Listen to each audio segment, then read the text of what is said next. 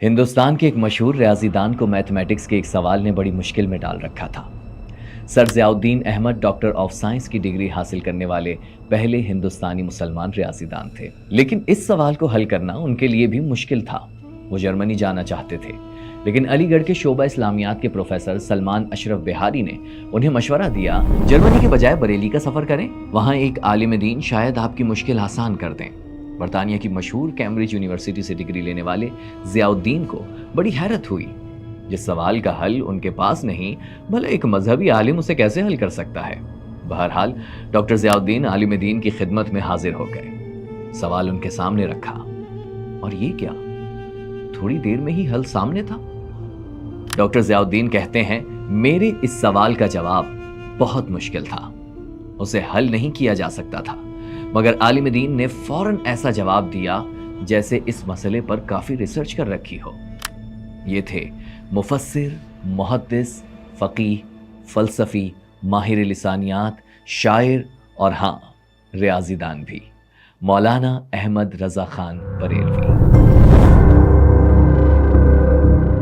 وہ احمد رضا جنہیں بچپن میں ہی علوم پر مہارت حاصل تھی، اور اپنی اسی مہارت سے انہوں نے ہندوستان کے معروف ریاضی دان کو حیرت میں ڈال دیا تھا۔ آج ہم انہی احمد رضا خان بریلوی کی بات کریں گے، جن کے آباء و اجداد افغانستان سے ہجرت کر کے ہندوستان میں آباد ہو گئے تھے۔ آپ کے دادا محمد رضا علی خان نے فوجی خدمات فراہم کرنے کی خاندانی روایت کو چھوڑا اور قادری سلسلے کے صوفی اور مفتی بن گئے۔ یہیں سے اس سفر کا آغاز ہوا جس کے بارے میں آج ہم اپنی ویڈیو میں بتائیں گے۔ تو رفتار کو سبسکرائب کیجئے، ویڈیو کو لائک کیجئے اور ہمارے ساتھ چلیے احمد رضا خان بریلوی سے ملیے۔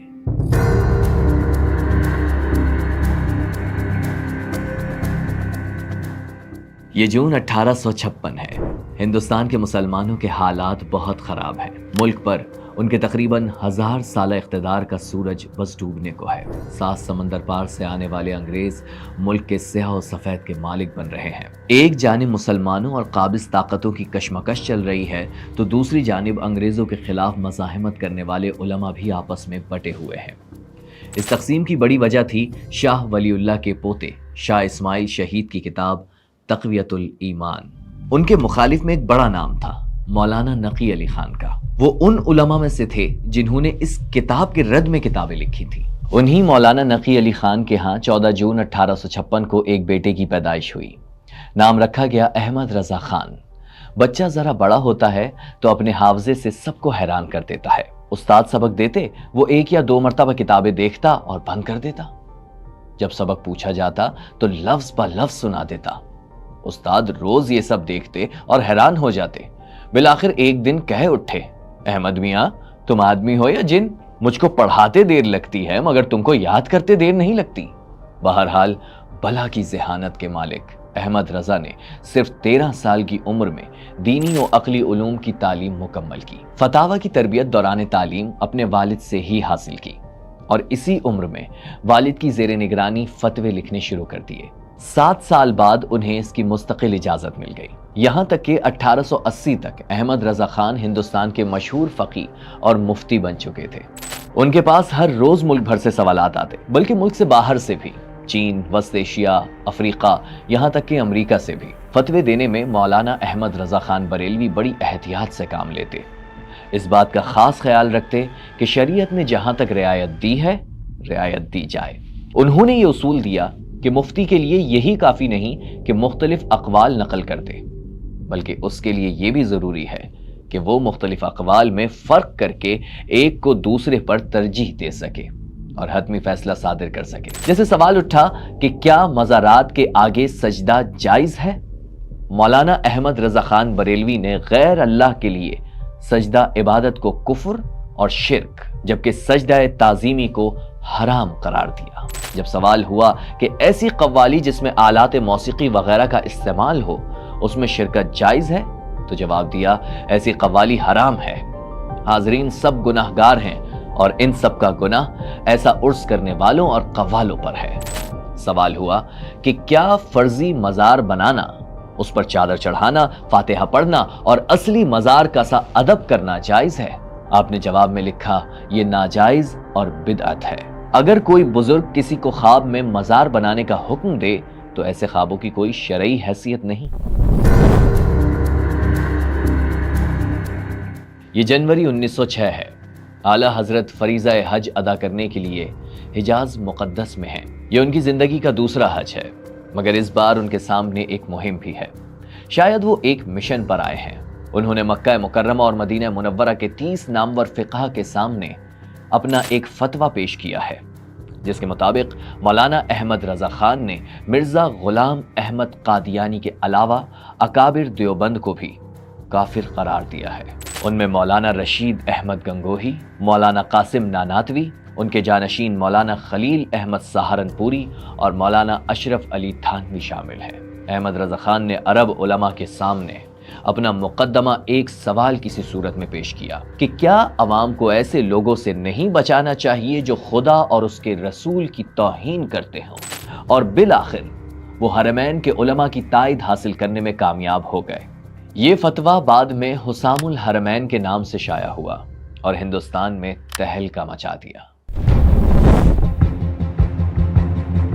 ویسے تو ہندوستان کی تاریخ میں مناظرے ہمیشہ ہوتے تھے، مگر اپنے زمانے کے ہی علماء کو کافر قرار دے کر مولانا احمد رضا خان بریلوی نے ایک نئی مثال قائم کر دی۔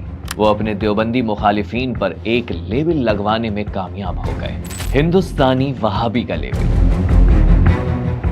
باوجود اس کے علماء دیوبند کا تعلق حنفی مکتبہ فکر سے تھا، نہ کہ حنبلی عالم محمد بن عبد الوہاب سے۔ یہ بات ذہن میں رکھیں کہ خود دیوبندی علماء ہندوستان کے اہل حدیث اور غیر مقلدین کے بڑے مخالف تھے، جو فکری اعتبار سے وہابیوں سے زیادہ قریب تھے۔ یہ وہ زمانہ تھا جب حجاز پر عثمانی ترکوں کا راج تھا، جو محمد بن عبد الوہاب کے ماننے والوں کے سخت خلاف تھے۔ بہرحال اعلیٰ حضرت امام رضا خان کی علماء دیوبند کے بارے میں جو رائے تھی، اس نے دونوں مسلکوں کے درمیان اختلاف اور بڑھا دیا۔ اس کے بعد مخالفین نے اعلیٰ حضرت کو متشدد قرار دیا، لیکن حامی کہتے تھے کہ آپ متشدد نہیں بلکہ عاشق رسول تھے۔ یہ ان کا ادب اور احتیاط تھا جو ہر جگہ نظر آتا ہے۔ اس کے باوجود مولانا اشرف علی تھانوی نے امام احمد رضا خان کے بارے میں ضبط سے کام لیا۔ ایک مرتبہ ان کی محفل میں شریک ایک صاحب نے غیر محتاط لہجہ اختیار کیا اور کہا، احمد رضا خان نے کیسی بات کہی ہے؟ جواب میں اشرف تھانوی نے ان صاحب کو ڈانٹ کر کہا، تم نے ان کا نام بغیر تعظیم کے کیوں لیا؟ کم از کم مولانا تو کہتے، صرف احمد رضا خان کیوں کہا؟ ہمارے حضرت حکیم الامت مولانا تھانوی رحمۃ اللہ علیہ کے سامنے ایک شخص نے کہا کہ جی احمد رضا بریلوی نے تو یہ بات لکھی ہے، اس طرح کہہ دیا، الفاظ جو ہیں وہ کچھ توہین آمیز کہہ دیے۔ تو حضرت نے ڈانٹا ہوں، تم ایسے نام کیوں لے رہے ہو احمد بغیر کسی تعظیمی لقب سے؟ اعلیٰ حضرت کو آخر علماء دیوبند سے کیا مسئلہ تھا؟ اصل میں انہیں اس بات پر بہت زیادہ تکلیف ہوئی کہ علماء دیوبند نے کچھ رسمیں مثلا عید میلاد النبی منانے کو کیوں ناجائز قرار دیا، حالانکہ یہ تو رسول اللہ صلی اللہ علیہ وآلہ وسلم کی سنت و سیرت کو یاد کرنے کا ایک ذریعہ ہے، لیکن علماء دیوبند اسے بدعت خیال کرتے، دین میں نیا اضافہ سمجھتے تھے۔ ان کی رائے تھی کہ میلاد کا اسلام میں کوئی ثبوت نہیں، بلکہ اس کی تو ابتدا ہی 7ویں صدی ہجری میں ہوئی۔ اعلیٰ حضرت نے جنہیں اپنے فتوے کا نشانہ بنایا، ان میں سے ایک مولانا رشید احمد گنگوہی بھی تھے۔ ان کی رائے میں ایسی محافل کیوں؟ فخر دو عالم صلی اللہ علیہ وآلہ وسلم کے زمانے میں، بلکہ صحابہ کرام رضوان اللہ علیہم اجمعین، تابعین، تبع تابعین اور مجتہدین کے زمانے میں بھی نہیں ہوئی، بلکہ 600 سال بعد ایک بادشاہ نے ایسی محافلوں کا آغاز کیا جو خود اہل تاریخ کی نظر میں فاسق ہے۔ وہ سمجھتے تھے کہ اس لیے ایسی مجلس کروانا بدعت اور گمراہی ہے۔ امام احمد رضا خان کا موقف تھا کہ دین ایک پھلتا پھولتا باغ ہے، جو کسی نیک کام پر تنقید کرے صرف اس لیے کہ وہ اسلام کی ابتدائی 3 صدیوں میں موجود نہیں تھا، اس احمق کی طرح ہے جو باغ میں کھلنے والے نئے پھول کی خوبصورتی سے انکار کرتا ہے۔ یہ رسمی اعمال بظاہر تو نئے ہیں، لیکن اپنے جوہر میں انہی پھولوں کے مشابہ ہیں۔ ایسی رسموں میں سب سے مقدس وہ ہیں جو حضور پاک صلی اللہ علیہ وآلہ وسلم کے مقام و مرتبے کو بڑھاتی ہیں، مثلا عید میلاد النبی۔ کوئی ایسا نیا عمل جو حضور صلی اللہ علیہ وآلہ وسلم کے مرتبے کو بڑھاتا ہے، وہ اصلاً مستحب ہے، اور تب تک تنقید سے بالاتر ہے جب تک توحید کے منافی نہ ہو۔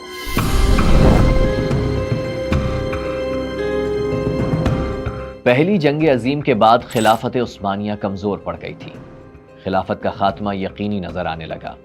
تب 1919 میں ہندوستان میں تحریک خلافت کا آغاز ہوا۔ ملک بھر کے مسلمانوں میں ایک نئی بیداری اور نیا جوش و خروش پیدا ہوا، یہاں تک کہ گاندھی جی بھی اس سیاسی تحریک کا حصہ بن گئے اور مسلمانوں میں مقبول ہو گئے۔ انہوں نے ہندو مسلم اتحاد کا نعرہ لگایا، جس سے کانگریس کو نئی طاقت ملی۔ یہ مولانا احمد رضا خان بریلوی کی زندگی کا آخری دور تھا۔ انہیں تحریک خلافت کے کچھ نئے لیڈروں سے بھی اختلاف تھا، جیسے مولانا عبدالباری فرنگی محلی سے۔ اعلیٰ حضرت تحریک میں گاندھی جی کی شمولیت پر خوش نہیں تھے، جبکہ مولانا عبدالباری گاندھی جی کی قیادت پر اعتماد کرتے تھے۔ وہ تحریک خلافت اور ترک موالات جیسی تحریکوں کو مسلمانوں کے لیے نقصان دہ سمجھتے تھے۔ ہندو مسلم اتحاد کے نعرے کی انہوں نے سخت اور زبردست مخالفت کی، جس پر انہیں اس الزام کا سامنا بھی کرنا پڑا کہ وہ انگریزوں کے حامی اور تنخواہ دار ہیں۔ اعلیٰ حضرت نے جواب دیا، جس نے ایسا کیا ہو اس پر قیامت تک اللہ اور اس کے رسول کی اور اس کے نیک بندوں کی لعنت ہو۔ ہندوستان کے ایک مشہور عالم دین تھے مولانا جعفر شاہ پھلواری، تحریک خلافت میں شامل تھے اور اعلیٰ حضرت کے مخالف تھے۔ اس الزام پر تو وہ بھی گئے اٹھے کہ مولانا بریلوی پر انگریز دوستی کا الزام سراسر بے بنیاد اور سیاسی مقاصد کے لیے لگایا گیا۔ حقیقت تو یہ ہے کہ اعلیٰ حضرت نے اس وقت متحدہ قومیت کے خلاف آواز اٹھائی جب قائد اعظم محمد علی جناح بھی اس معاملے پر خاموش تھے۔ مفتی منیب الرحمان لکھتے ہیں، برطانوی استعمار کے عہد میں ہندوستان میں جب تحریک ترک موالات چلی اور ہندو مسلم بھائی بھائی کا نعرہ لگایا جانے لگا تو امام احمد رضا خان نے انتہائی مدلل طریقے سے اس موقف کو رد کیا اور بتایا کہ اسلام میں ملت و قومیت کی اساس دین ہے، اس لیے ہندو مسلم بھائی بھائی نہیں ہو سکتے۔ ان کا فتویٰ آگے چل کر نظریہ پاکستان یعنی دو قومی نظریے کی بنیاد بنا۔ بہرحال 1922 میں خلافت عثمانیہ کے خاتمے کا اعلان ہو گیا۔ یہ ہندوستان کی مسلم قیادت اور عوام کے لیے زبردست دھچکا تھا۔ مولانا احمد رضا خان بریلوی کے علمی کاموں میں ایک بہت بڑا کام ہے قرآن مجید کا ترجمہ۔ یہ ترجمہ کنز الایمان کے نام سے مشہور ہے، جو 1911 میں مکمل ہوا۔ اعلیٰ حضرت کے ترجمے کا طریقہ مختلف تھا۔ یہ نہیں کہ پہلے تفسیر کی کتب اور لغات دیکھی، پھر آیت کے معنی سوچ کر ترجمہ بیان کر دیا، بلکہ آپ قرآن مجید کا فی البدی اور برجستہ ترجمہ زبانی اس طرح بولتے جیسے کوئی حافظ روانی سے قرآن پڑھتا ہے۔ یہ ترجمہ آج بھی دنیا بھر میں مقبول ہے۔ مصطفیٰ جان رحمت لاکھوں سلام، شمع بز میں ہدایت لاکھوں سلام۔ امام احمد رضا خان بریلوی ایک عظیم نعت گو شاعر بھی تھے۔ آپ کا لکھا ہوا یہ سلام تو اتنی شہرت رکھتا ہے کہ مولانا کوثر نیازی نے ایک بار کہا تھا، یہ سلام اردو زبان کا قصیدہ بردہ شریف ہے۔ اور یہی نہیں، اعلیٰ حضرت نے اور بھی بہت سی نعتیں کہیں۔ ان کا نعتیہ دیوان حدائق بخشش کے نام سے مشہور ہوا۔ اعلیٰ حضرت کی ایک اور مشہور نعت ہے جو 4 زبانوں میں ہے، عربی، فارسی، اردو اور ہندی۔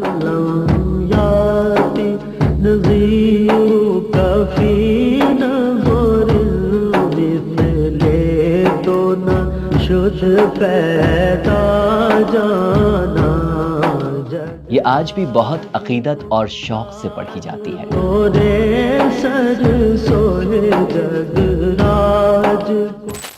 اعلیٰ حضرت کا عربی کلام پڑھ کر تو محسوس ہوتا ہے کہ بظاہر تو ہندوستانی مگر حقیقتاً حجازی تھے۔ ان کی عربی میں عجمیت کی بو نہیں آتی۔ مفتی منیب الرحمان لکھتے ہیں کہ امام احمد رضا خان کا نعتیہ کلام شاعرانہ تخیل نہیں بلکہ آیات قرآنی اور احادیث نبویہ کی ترجمانی ہے۔ یہ مقدسات دین کی محبت کا درس ہے، لیکن یہ رائے سب کی نہیں ہے۔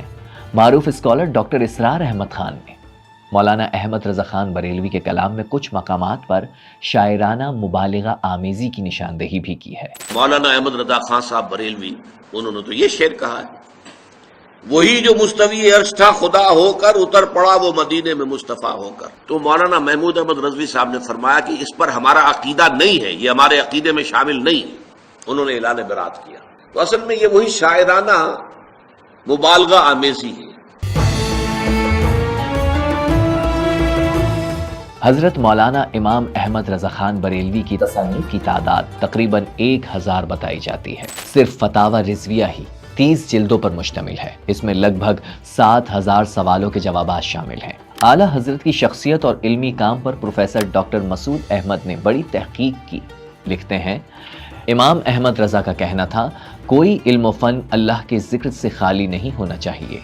یہ ایک ایسا انقلابی خیال تھا کہ اگر اس پر عمل کیا جاتا تو دل و دماغ اس طرح ویران نہ ہوتے جس طرح آج ویران ہے. امام احمد رضا کا اصرار تھا کہ ہر کتاب میں اس کا ذکر ہونا چاہیے تاکہ پڑھنے والا شعور بندگی لے کر ابھرے. جس کو بندگی کا شعور آ گیا اسے زندگی کا شعور آ گیا. جو بندگی سے بے خبر ہے وہ خود زندگی سے بے خبر ہے. یہی اللہ کی محبت تھی جس نے ان کو اللہ کے محبوب کا شہدائی بنایا. وہ محبت مصطفیٰ اور عشق رسول کو مسلمانوں کی ملی زندگی میں بنیادی حیثیت دیتے ہیں. قومیں عشق ہی سے زندہ رہتی ہیں. ملت اسلامیہ بھی عشق ہی سے زندہ ہوئی, عشق ہی سے زندہ رہی, عشق ہی سے زندہ رہے گی.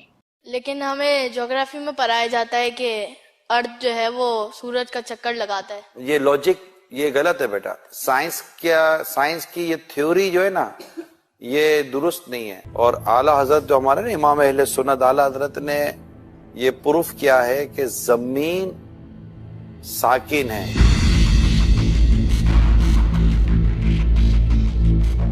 جہاں تک امام احمد رضا کے دیے گئے کفر کے فتووں کی بات ہے وہ متنازع تھے اور رہیں گے, کیونکہ جس طرح علل اعلان انہوں نے کفر کے فتوے دینا شروع کیے اس کی مثال پہلے بہت کم ملتی ہے. اعلیٰ حضرت کے فتووں کے ساتھ ہی ہندوستان کے سب سے بڑے طبقہ فکر میں کھلی تکفیر کا ایسا سلسلہ شروع ہو گیا جو آج تک رکنے میں نہیں آ رہا. اور یہی نہیں, انہوں نے ایک اور تنازع بھی کھڑا کیا. یہ معاملہ مذہبی نہیں تھا بلکہ سائنسی تھا.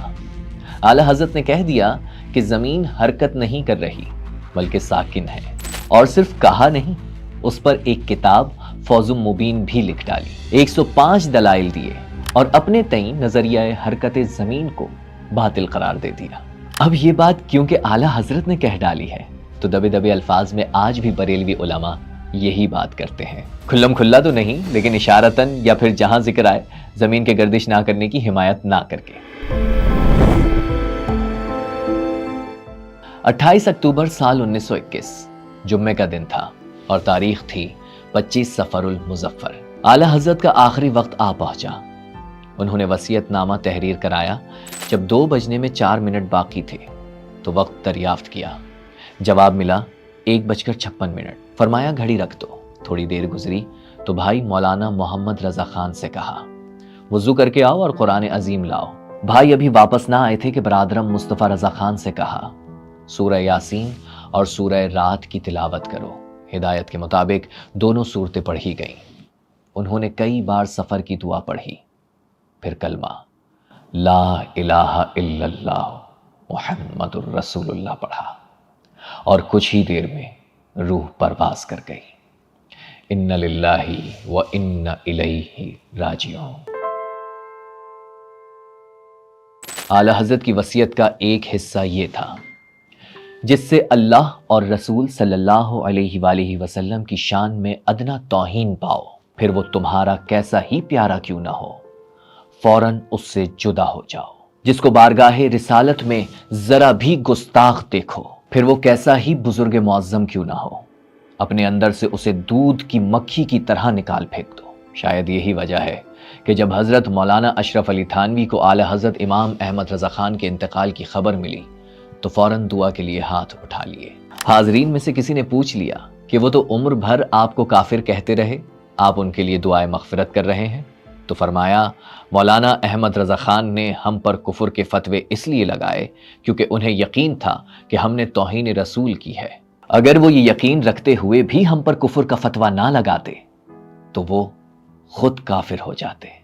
آج امام احمد رضا خان کو گزرے ہوئے 1 صدی سے زیادہ ہو چکی ہے, مگر وہ آج بھی زندہ ہے.